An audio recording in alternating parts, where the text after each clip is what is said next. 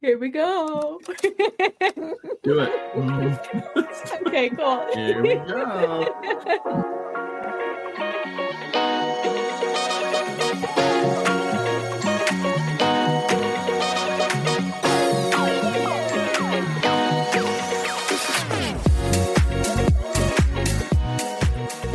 Welcome back to Coffin Talkin', where we unravel the mysteries, embrace the peculiar, and find humor in the unconventional world of funerals and death. I'm here with our host. No, you're the host. I'm the hostess. I'm here with our co-host, Frank. Mm-hmm. Hi, Holly. How are you? I'm good. How are you? I'm doing great. Thanks so much. I understand you've been having family this week, which is fabulous. Yes, Caden's parents have been in town. Mm-hmm. We've realized very quickly that our apartment is not big enough to host people, but that's okay. Are they staying with you? No, they're not staying with us, but just for dinners and having people over for meals. And yeah, it's a tight fit and we squeeze chairs in, but it works. We make it work. Is it just his parents? Just his parents in town. Okay. All right. Yeah, but he's got another sibling up here, and so we've been seeing them, and that's been great. So yeah, Okay, it's been fun. It's been busy. Caden also had a big law thing this weekend for moot court. It's like mock trial. Yeah, mock for trials. law students, and so he went to that yesterday on a Saturday. Okay. And he had to be there at 8. They said, "We'll give you breakfast," and they gave him a yogurt. And then they said, "You'll be out of here by 12:30." And then at 1:50, they still hadn't given him the results of this competition. So he said, "Hey, I'm out of here." And he just left. And I really love that about him. So they didn't have results? Does he know what the results are yet or no? No. So he had to go and talk to the judges and tell them, "Hey, I have family in town. I have other prior commitments. I've got to leave." So they technically had to take his name out of the running to move on to the next round. Got it. Wow. So he didn't advance, but I think he's just happy with that. It's okay, because if they would have provided him lunch, it would have just been a single hot dog without a bun. I know. That's what I'm saying. So probably the best. Or maybe a spoonful of granola, which should have gone with the yogurt. Hey, now we have lunch. Yeah, perfect. Sounds great. This is great. Yeah, so that was crazy. One of these days, when I have time, I'm going to tell you about a mock trial I was part of. Oh my! It turned out really interesting, actually. But go ahead. Wait, were you like a witness, or how were you in a mock trial? I was actually the criminal. Oh my goodness! And as most of you know, I'm a twin. Oh. And so they convicted me when my twin did the crime. Fred. Yeah, or maybe it was vice versa. Maybe I was the one that did the crime, and he. Either way, it was a very interesting on how juries work, and what eyewitnesses see and believe. Yeah, it was very interesting. That is so cool. That's a really kind of cool case. Yeah, that'd be a funny one to do to law students, especially. Yeah, it turned out really good. Wait, what? You got the wrong twin. I know my twin did it. He's evil. That's like in Arrested Development. Yeah. When he frames his brother and then they shave his head and they have no way of telling them apart. Oh my gosh. Just leaves him in prison. Yeah, that's funny. So I have 2 updates this week. Yes. Number 1 is not pleasant. Okay. So the other day, I was eating dinner, and I was just sitting on my couch, and I put my foot down. Not like I put my foot down, but I just put my foot down on the rug. And then something started really hurting my foot. And I'm like, what the heck? Is there a thorn in my rug or something? And I look down and there's a wasp. And it stung you? It stung me. Ow. It was walking across my rug and it just stung me. And What'd I you thought do? that was incredibly rude. I screamed. Yeah. I said, Katie, kill it. And then he took something, smashed it. So the wasp was dead, but then it hurt. Oh my goodness. The wasp doesn't lose its stinger, right? No. So it Okay. didn't have its stinger in me, but it hurt so bad. Did it And swell? it did swell. And I Okay. lost all feeling in my toes on that foot for a good 2 hours. Mm. And yeah, my foot was just swollen. But then we did that little baking powder solution. Yep. We make this little paste, and that stuff is magic. Mm-hmm. So if you have any bee stings, wasp stings, you just make a little paste with baking soda, or is it baking powder? Uh-oh. I think it's powder. Baking powder. Yeah. Maybe double check, or soda. One of the baking things. Is it the yellow or white box? See, ours is white and red, and then the other is white and red also. Oh. But one's What? a can and one's a box. So is it the can or the box? I think it was the box. Yes, that's soda. Then we'll say it's soda. Okay. Google it. Yeah, Google it, people. Mm-hmm. But you just make this little paste and you just put it on this little sting area, and it takes the pain away and it takes the infection out pretty quick. Wow. Yeah. So Caden's shaking his head at me like I said something wrong. So it might be powder. Oh. I don't know. So that was that. I thought that was incredibly rude that there was a wasp inside my house. Especially Stung when you me. have especially when you have cats. Oh my gosh, I was so mad at them. I went into the room. It's like, Nelson, what the heck are you doing? This is your whole purpose. He just laid down and went back to sleep. Okay. He did. It's like, whatever. Today's my day off. Mm-hmm.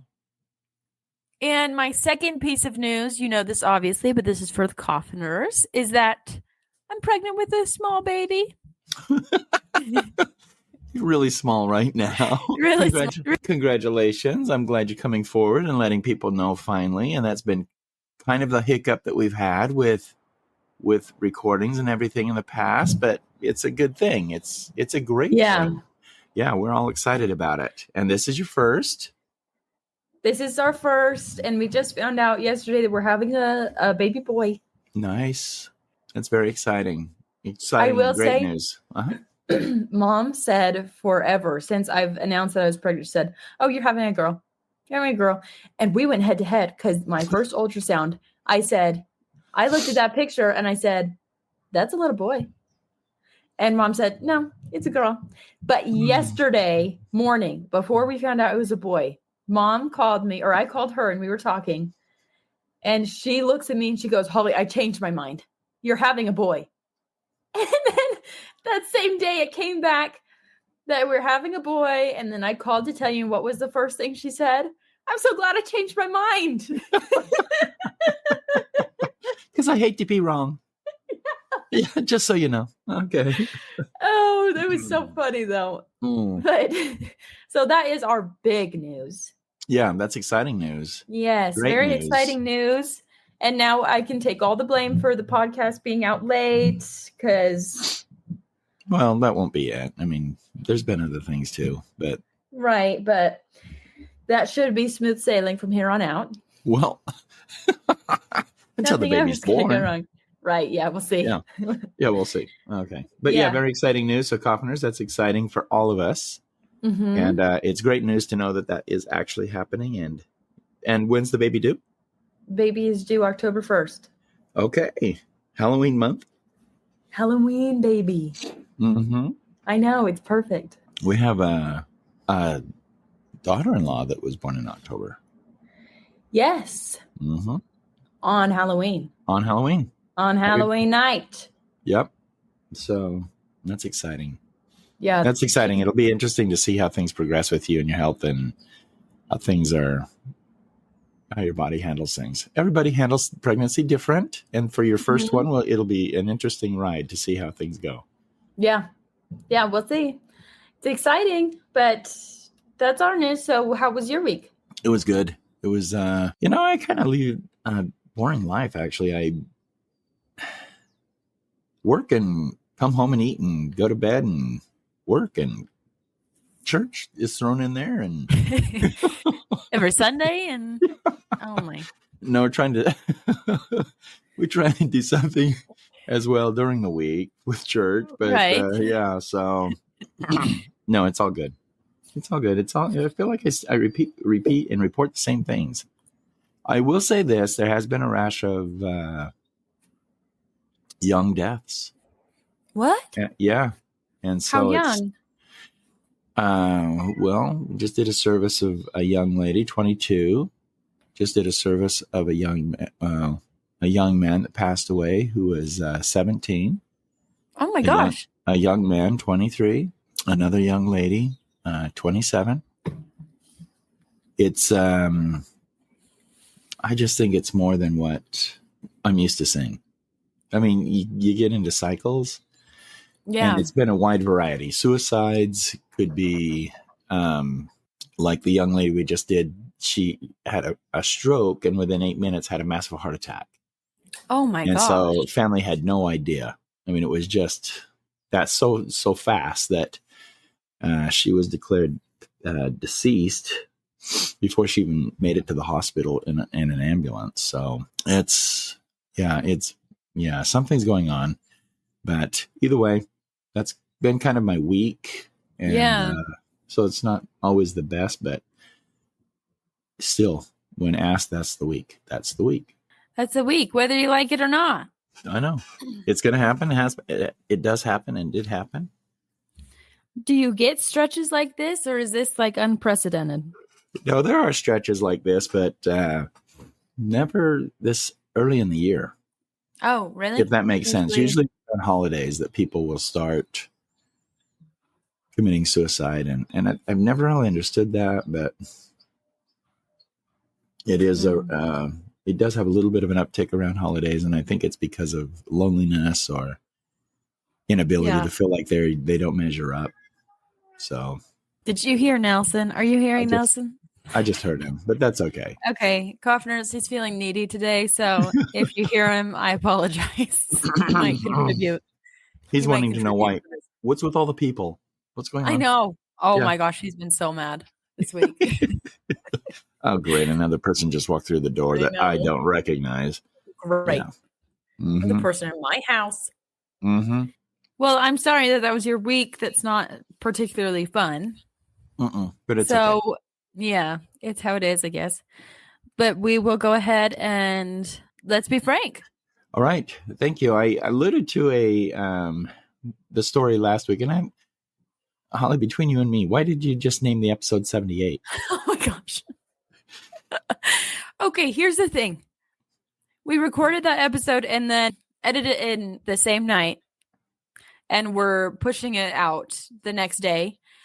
And I mean, all throughout the recording and then throughout the editing, Caden was there listening with the editing. And so he knew the whole story. And once we were finished, I just looked at him and I said, what do I name this? Because it's very heavy with the topic of like potential suicide, and very heavy with your theories of what happened. And so typically what I like to do is I like to find a pun. I like to find something that we can play off of, but that didn't feel appropriate. And I'm not going to lie. I just said, I'm just going to name this episode 78 because I don't know what to do. I don't know what to do with this. I don't know what would be appropriate.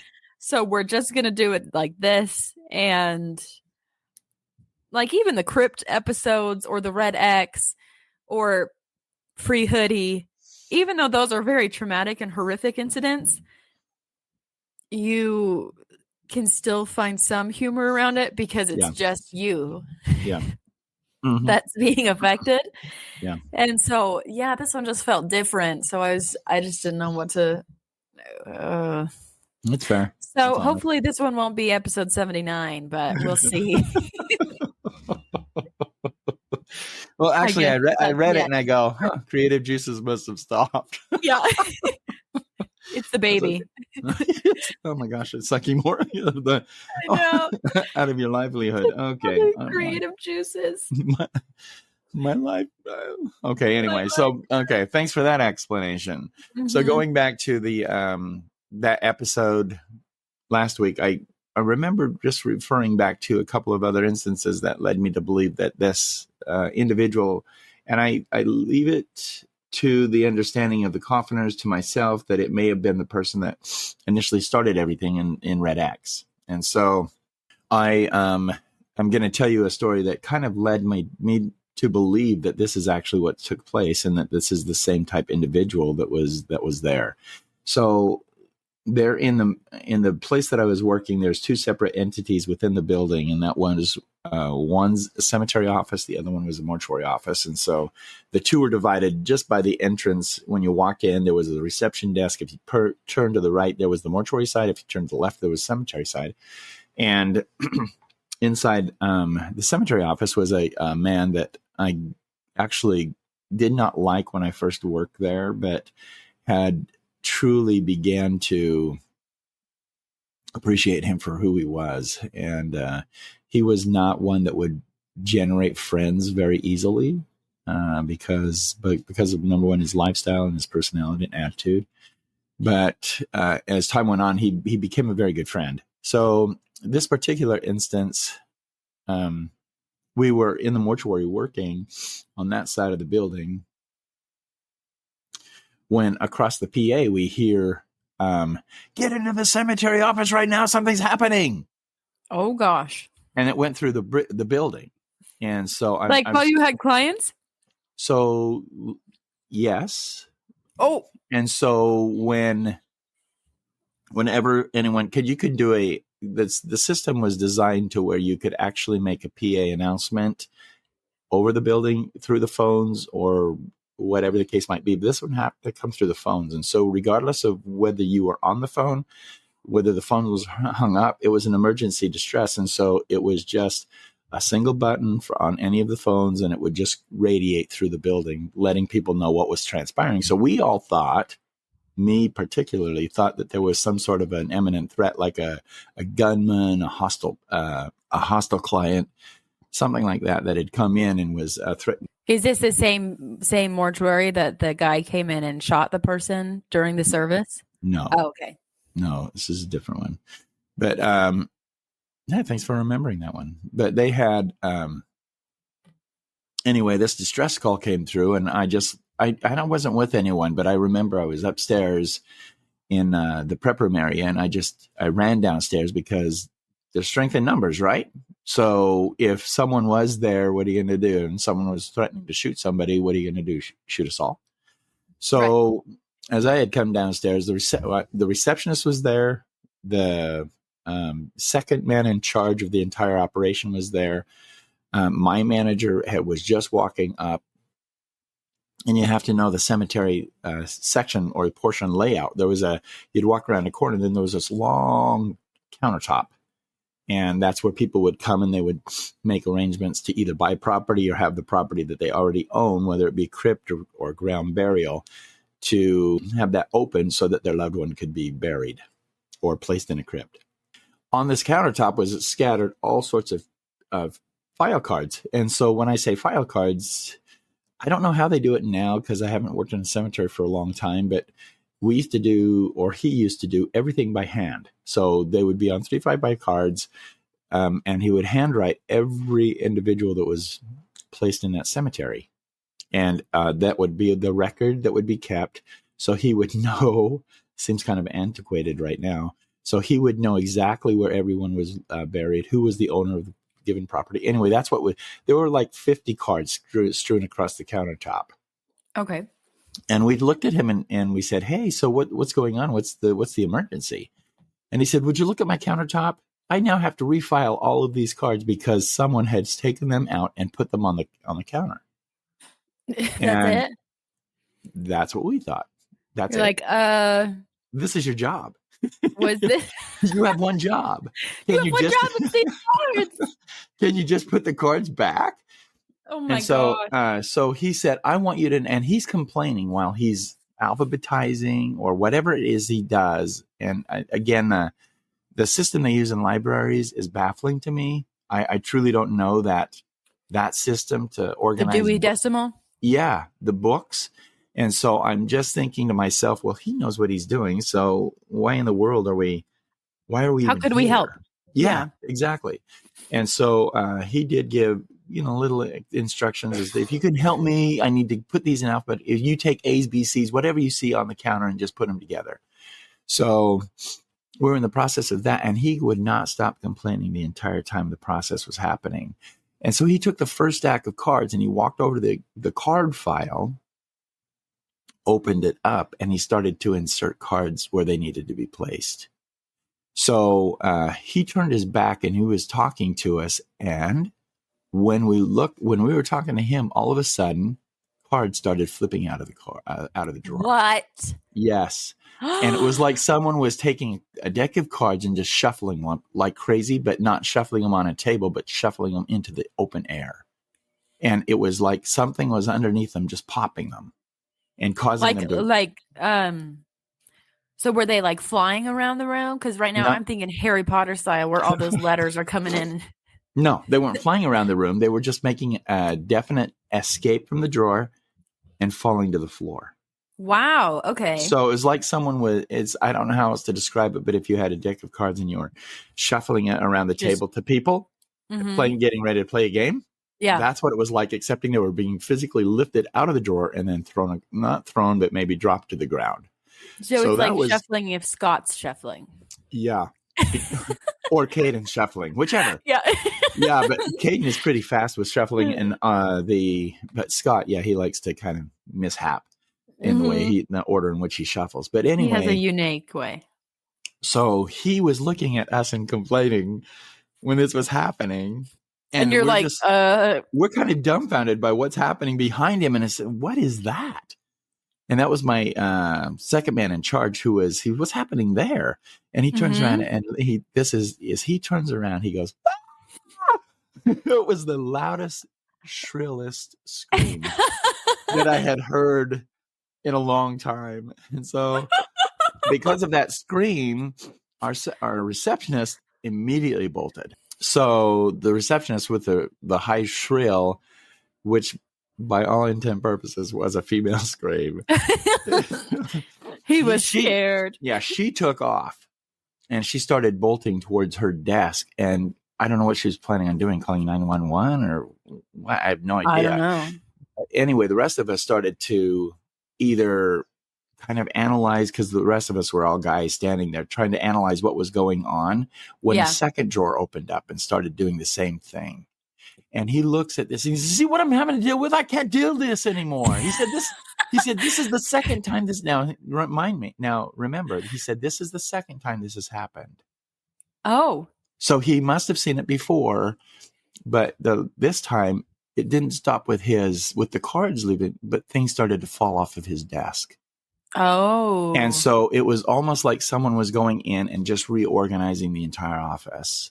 And we couldn't figure it out. So finally, we got to the point, you know how you get those feelings that something was around the area. And so we just left. I said, we'll just have to come back. So we left, closed the doors, closed that. There was a long shutter door that came down to protect the cemetery office records in the evening. So that door was closed and everything. So the next morning, because he just said, I'm not coming back. So he came back the next morning and everything was disheveled. Everything. Oh, seriously. Every card drawer was opened. And seriously, I felt bad for him, because it would probably take a full 2 days to put that, that's all he focused on, to put everything back together. Wow. And so I did feel bad for him on that, but that's case number one of building into this same scenario or situation. So upstairs in the prep room where my friend passed away, there's a long hallway. It's about, and we've talked about this on X, where there's the cooler, and then there's about a 6 to 8 foot wide hallway. Now in that hallway, there's a door which held the embalming fluids, which we've talked about before. And there are some additional chairs in that same closet. And the closet holds the chairs for the chapel downstairs, so that if we needed overflow seating, we would just come up and grab the chairs. Okay. Within probably the same week, that door was flung wide open. And this is apart from formaldehyde episode. So the door was completely flung open. There was nothing wrong with the formaldehyde, but every chair was now out of that. And it was 50. It held 50 chairs. And all 50 chairs were now out of that room and were set up inside that hallway. Yuck. Yes. And so we all looked at each other and said, now, who did this? Why would we do that? Right. Why would we go in there and set this up as a maze or an obstacle course for us to just now have to fold up all these chairs and put them back? So they were just folding chairs. Folding chairs. And so while me and my supervisor, we took 15 minutes and folded up all the chairs and put them back in the closet. We shut the door. And as we were leaving, my supervisor had just rounded the corner and I hear the door open. And I look behind me. Oh my gosh. Yes. And I look behind me, and now the door that we had just closed was completely open. And I'm thinking, what in the world? And so I had to walk back to the door to make sure that the latch worked. So I closed the door, and then I pulled on the handle to make sure that the door was closed. Yeah. Okay. So that's episode 2. Now, remember, there's still another full episode that I want to do with you regarding the second series of events that took place. Oh, I thought that was it. No. And so here, there's one more happenings during the same week. So when we were done and I had gone through the building getting ready to go to bed that next night, or that night, I had gone to my room, and I thought, I'm just going to go ahead and check and see what's happening make sure that door's still secure. I had mentioned it to the boss about the door opening up, and I think it's probably going to be a hazard if it keeps opening up and someone's walking by and just doesn't realize it's open, they'll kick right into it. Yeah. So I guess he took that under consideration, because that same day he had someone change the lock on the door, put a lock on it to where it was not just a turn handle, and to where he was the only one with the key. Now this is important to understand. He was the only one with the key. And this is the same manager that doesn't really believe anything's happening, right? Yeah. Or if he does, doesn't believe anything ever happens. That's correct. And if he does, he probably just looks the other way. Did he see the file cards happen? He was not there, but everyone saw it. And so everyone saw it. And so he had no reason to believe otherwise. So in this same week, now next to that door is another door that holds the cleaning supplies, and like mops, brooms, if bleaches, any cleaning supplies that we would need to keep the prep room clean and in good working order. So that door, when I walked in there that evening, I noticed, oh wow, he's pretty fast about changing that lock. And so I pulled on it, tugged on it, but the only problem is that now as embalmers, if we needed fluid, that door was now going to be locked. And so we wouldn't have any issues how would we get our fluid? Right. You'd have to have him come open it every single time. Yeah. So that we would have access to it. And so he was more concerned about someone stealing the chairs than the fluid. And so remember our formaldehyde episode, this all happened before the lock happened. So I don't know why he didn't do it then, but either way. So now as I turn the corner to look, chairs are much more valuable. They were nice chairs. But now as I turn the corner to look down the hallway, not that door was open, but the one next to it, the cleaning closet. So as I walked down there, I closed the door. So now why is this door open? So I closed the door, and as I closed the door, nothing happened. It was nice and quiet, I went around the corner, turned off the lights, and everything was fine the next morning. The next morning, however, I did not hear a thing. But we had 4 handled, I don't want to call them instruments, tools, products like a broom. Mop, a long duster. broom. Yeah. Mm-hmm. And so they were, and there could have been 2 brooms, what I don't remember exactly, but the ceiling in that area was even higher than the ceiling in the prep room, which caused me to believe that there was problems with the first time when my friend was found passed away in the prep room. But now when I walked in, those handled things were now shoved into the ceiling. What? Yes, above the door. So I'm looking at, oh my gosh, I'm going to get in trouble because I didn't hear it. Number one, I didn't hear anything. I'm going to be blamed. I'm going to be blamed for this because now it's created major damage to the roof or to the ceiling. And who in their right mind would do that? Right. And you had to have physically, unless you were 10 feet tall, you would not have been able to just push it you had to actually throw it into the ceiling to make it lodge. And that's what exactly happened. So you have to like stand on something. Yeah, you'd have to be standing. To get enough force to make it stick. Exactly. And there was nothing around. And remember, the standing implements were now locked behind key. Oh, yeah. No one could get to the chairs. There was no way. And everything is bolted down in the prep room. Plus, I would have heard it if the buzzer had gone off. Right. But there were four hanging cleaning implements implemented into the ceiling of that room. And the roof itself, that ceiling in that area was probably 18 feet high. As I walked in there, I go, oh, well, this is new. Wow. Yeah. So anyway, that is, I think, one of the episodes that I wanted to bring to your attention. And I'm thinking, because of what happened to my friend in the prep room, could it not have happened the same way? Right. Do you see what I'm saying? Because even though they are not the same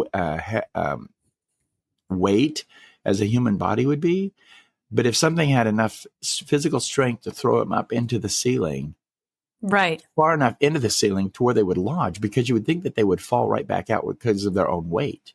Right. But they were lodged there, and they had to actually pull them down while workers were working. And even the workers said, how could this have even happened? Right. What happened here? So I think this is one of the episodes that I wanted to share, and I'll save the last one of the same mortuary, which is still very interesting regarding what was transpiring regarding the final episode of what took place with my friend. And I'll save that one for a little bit later because I don't want to go too many in. But this is a weird happening regarding different activities within the mortuary leading up to our friend's death. And that's why I'm saying that somehow or another, and no one else has died, at least to my knowledge, of employees have died in that building. Yeah. Just the one friend. And I still in my mind, I just think about, as I was listening to this episode again, our last episode, I just kept thinking, what am I missing? What is happening that I'm not really a full part of, that I don't understand completely? So sure. Anyway, that is today's episode. And so in today's episode, there's those three events that were taking place that same week with regards to, I thought, was the lead up to my friend's death. So that was all in the same week? All in the same week. And at the end of the week, or at the end of 7 days, or whatever, that's when you found your friend? Day 10. Day 10. Okay. Day 10. So, we knew that it was, I didn't know that it was coming, but I knew that something was escalating to the point where someone could actually get hurt. And I remembered thinking to myself, someone's going to get hurt here. Right. And was it weirdly like not a surprise? For me? Yeah. Or in general? Just in general, because like with all of this weird stuff happening. No, it was a surprise every time something happened. And my supervisor and myself are really the only ones that put it all together, that maybe everything was connected. Yeah. It makes sense. Excepting for the Red X. He didn't believe the Red X. Your supervisor didn't? Yeah. Really? And so, yeah. And so even in my conversations with him, I said to him, I think this is all relating back to, remember my episode, not my episode. Remember remember my talking to you about what took place in the cooler? Yeah. And so he didn't really want to believe that either. And so that's okay. A lot of people don't when you hear stories like this. And so I just think that there are forces out there that can actually handle physical things. Yeah. And the thing that what I'm trying to say here is that I have no reason to doubt that there are things that could be moved physically by things that we don't see or understand. Right. Me either. Oh, geez. So that will give you something to think about as well. Yeah, definitely. this next week, and just to know and understand that there is, for me anyway, and you can't prove to me otherwise, that there's something there. Yeah. Oh, geez, that's kind of creepy. Yeah. And you know what I thought of was that why would you throw something into the ceiling?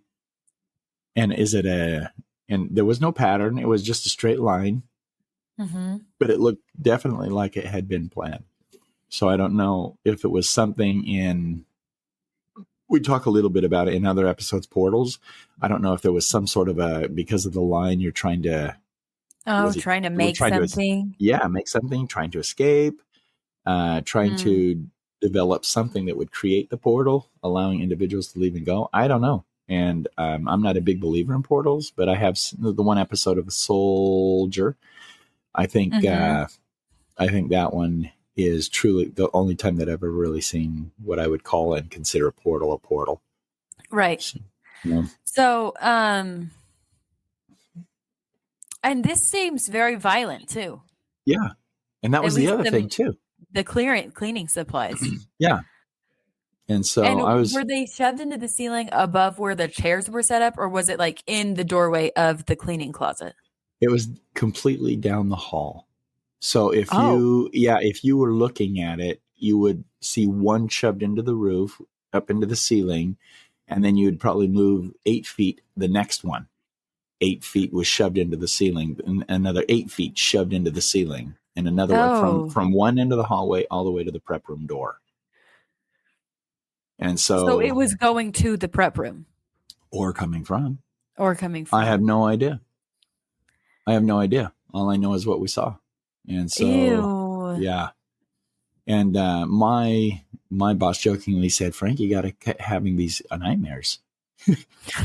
Yeah, and you know what? Here's the interesting thing, and this is in the book. The interesting thing is that my supervising embalmer and I took these same tools and threw them from ground level up towards the ceiling when it was being repaired anyway. So it didn't really matter, to see if we could get them to lodge into the ceiling.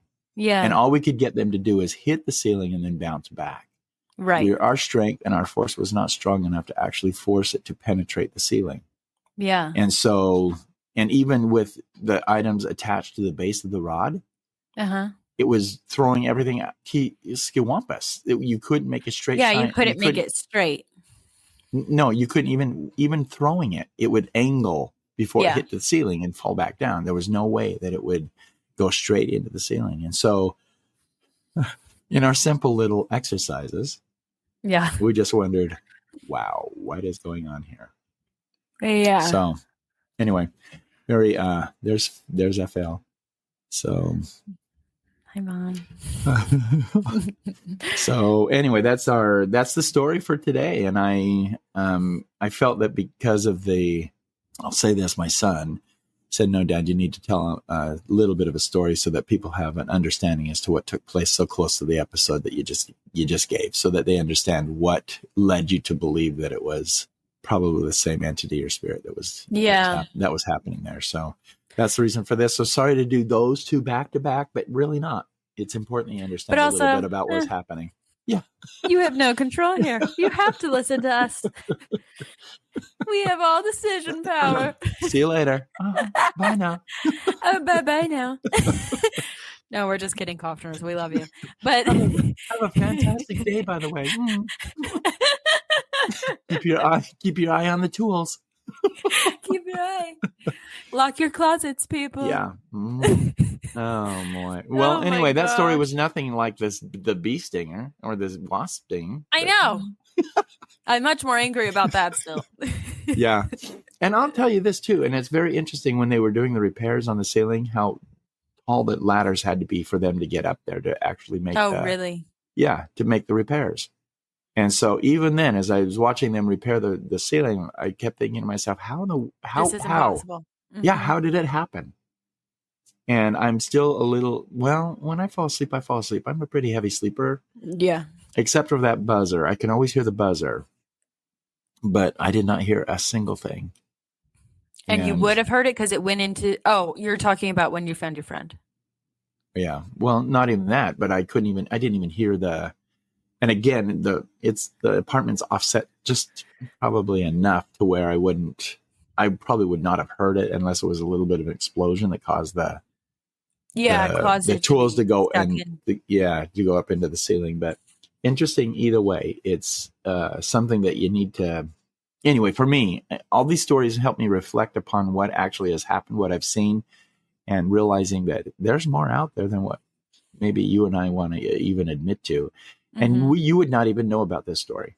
Any of these stories probably have, if I hadn't come forward and even mentioning it. But I would bet that coffiners somewhere in the world, and we have a worldwide following, but I would say that somewhere in the world that there are individuals that have seen something, just taken note of it, and not thought about it since. And even though they may have said, hey, I don't remember putting that there, it's just that simple. Now, when did that get there? When did that get moved to there? So it's very simple to actually think back in your own lives as far as what is happening and what you have seen and noticed. And my challenge to you always is to just notice what's going on around you. Just notice it. And sometimes we're too busy in our own lives that we just ignore it. Or you want to ignore it because you can't explain it. Yeah. Either that or it's just simple. Oh, I must have forgotten that I put it there. Okay. Yeah. All right. Sure. Keep telling yourself that. Keep telling yourself that. We know better. Keep telling yourself, and it's fine. Yeah, it's fine. Hey, and I'll call him DL. Hey, Mr. DL, I'm sorry about your card file in your office, but so sorry. Well, are you sure it wasn't that way when you left last night? Are you sure? Sometimes it's so. I loved that he's like, I can't work like this as the cards are flying. He's like, fix these working conditions, as it's obviously something that you have no control over. That's exactly right. Oh my gosh. And then his high, his high shrill scream. Can you just replay that in your mind? Oh yeah, in my mind. And you know what? I think we all wanted to scream, truthfully, because it was something totally abnormal. We would never have seen that. Had we not seen that, we would have thought that someone had broken into the office and just disheveled everything.